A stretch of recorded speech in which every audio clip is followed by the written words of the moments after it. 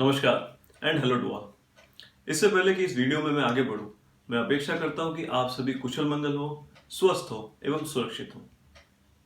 चलिए वीडियो को आगे बढ़ाते हैं। आप और मैं, हम सभी ऐसे अनेक लोगों को या तो जानते हैं या पहचानते हैं जो अपनी अपने लाइफ में, अपने फील्ड में अत्यंत सक्सेसफुल है, हाईली सक्सेसफुल है।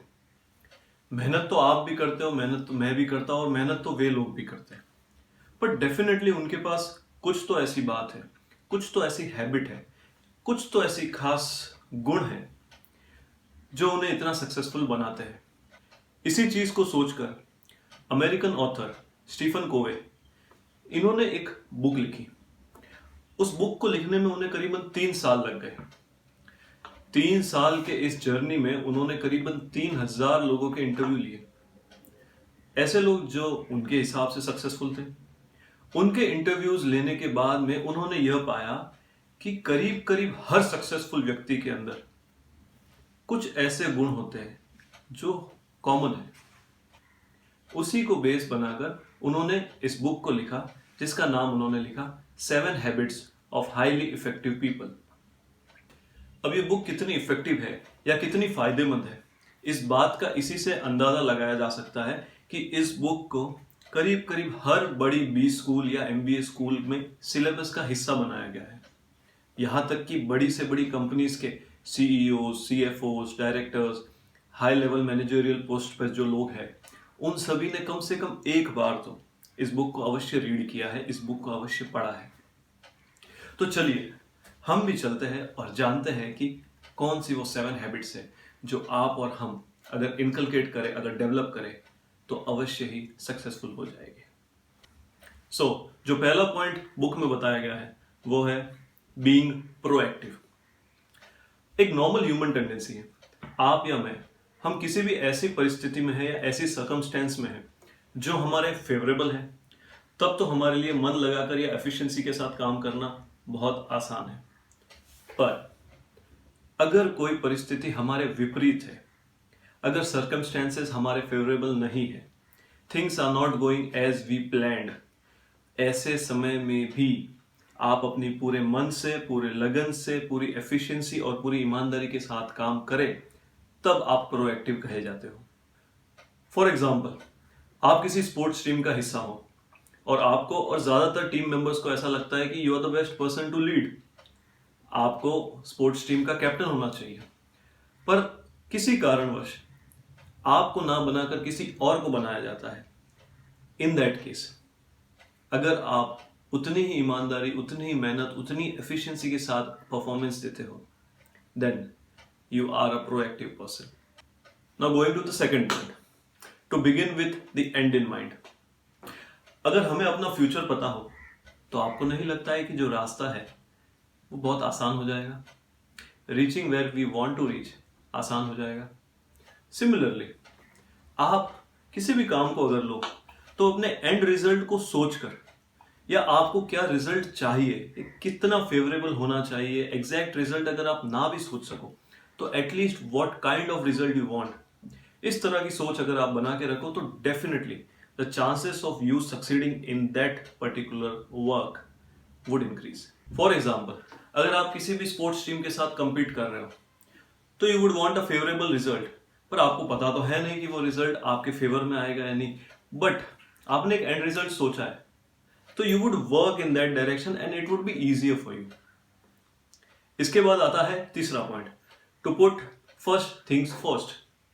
अब आज की जनरेशन को ही ले लीजिए।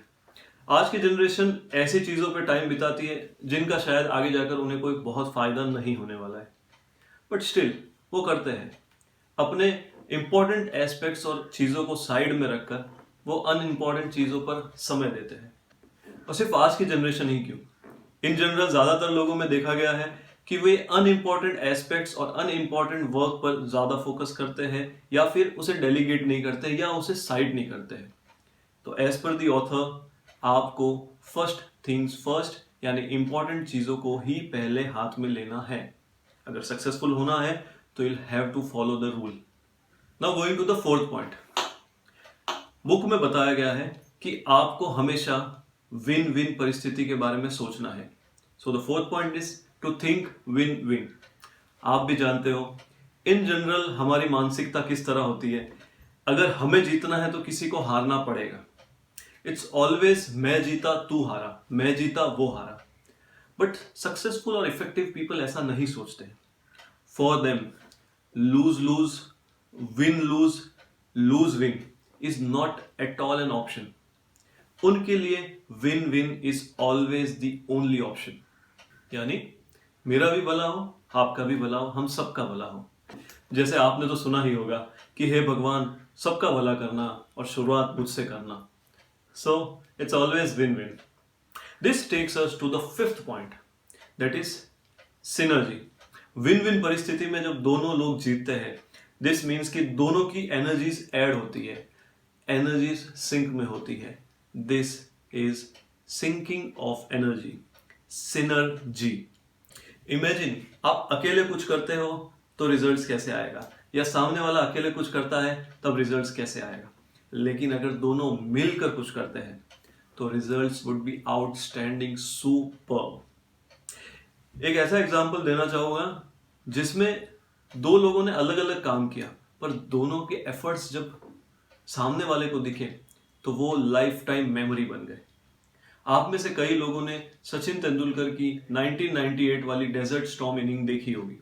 अगर आपने नहीं देखी है तो YouTube पर जाकर पूरा मैच ना देखे तो भी last part of Sachin Tendulkar batting अवश्य देखना। उसमें सचिन तेंदुलकर की बैटिंग का फ्लो, कमेंटेटर टोनी ग्रे, उसकी आवाज का जादू और जो माहौल और एनवायरनमेंट क्राउड ने बनाया, ये तीनों की एनर्जी जब सिंक हुई, मुझे विश्वास है उस दिन जिन जिन लोगों ने वो मैच देखा होगा उनको आज भी उसे याद करके गूज़बम्स आते होंगे। क्यों? बिकॉज सबकी एनर्जी इतनी सिंक में थी कि वो मेमोरेबल चीज हो गई। Now going to the sixth point. The sixth point is first understand and then be understood. हम सभी जानते हैं कि नॉर्मल ह्यूमन टेंडेंसी ऐसी होती है कि हम चाहते हैं कि लोग सिर्फ हमें सुने, लोग सिर्फ हमें समझे, या फिर कोई हमें समझ क्यों नहीं रहा है। बट जो हाईली सक्सेसफुल और हाईली इफेक्टिव पीपल होते हैं उनकी फिलॉसफी कहती है कि पहले आप सुनो, पहले आप समझो, पहले आप अंडरस्टैंड करो। लोगों को आप अंडरस्टैंड कीजिए, उसके बाद में एक्सपेक्ट कीजिए कि वो आपको अंडरस्टैंड करे, उसके बाद एक्सपेक्ट कीजिए कि वो आपको समझे। एंड बिलीव मी फ्रेंड्स, ये सिर्फ सक्सेसफुल होने के लिए नहीं, ये आपके पीस ऑफ माइंड के लिए भी बहुत इफेक्टिव है। तो चलिए सातवें पॉइंट पर चलते हैं। This is sharpening your saw. आप में मुझ में क्या गुण है, सबसे पहले तो हम खुद ही पता कर सकते हैं। इन गुणों को पहचानना, इन्हें डेवलप करना और इन्हें शार्पन करना, this is the need of hour, this is the need of this particular time. हमें ये करना ही होगा। अगर सक्सेसफुल होना है तो you will have to identify, develop and sharpen your skills and your qualities. आप सोच कर देखिए, अगर आप एक पेड़ को एक जंग लगी हुई कुल्हाड़ी से तोड़ना चाहे या काटना चाहे तो ये पॉसिबल है क्या? नहीं। अगर आप कई समय से गैराज में खड़ी हुई आपकी कार से आज रेस करना चाहे तो ये पॉसिबल है क्या? नहीं। आपको उसकी ग्रीसिंग करनी होगी, ऑयलिंग करनी होगी, सर्विसिंग करनी होगी। सिमिलरली आपको अपने स्किल्स को भी अपग्रेड करना होगा। You will have to sharpen your saw. So my friends, these are the 7 habits जो हर इफेक्टिव व्यक्ति में, हर सक्सेसफुल व्यक्ति में पाए ही जाते हैं। अगर आपने इनमें से किसी हैबिट को इनकलकेट और डेवलप किया हो तो you know you are on the right track, आप सही दिशा में बढ़ रहे हो।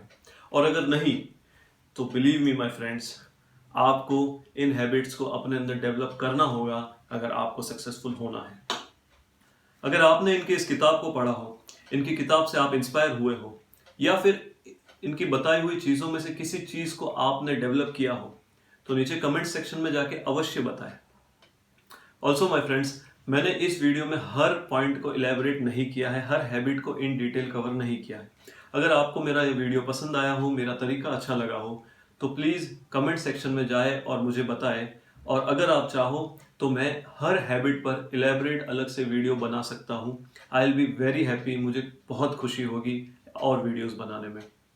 ऑल्सो इस वीडियो को लाइक करें, कमेंट में जाए और बताएं कि कौन सा वाला पार्ट आपको अच्छा लगा या नहीं लगा, किस चीज़ में मैं सुधार कर सकता हूँ, कौन सी ऐसी हैबिट है जो शायद आपने डेवलप की है या आप करना चाहोगे। इस वीडियो को शेयर भी करें और मेरे चैनल को सब्सक्राइब भी करें। I will be back with another video next time. Till then, नमस्कार, थैंक यू।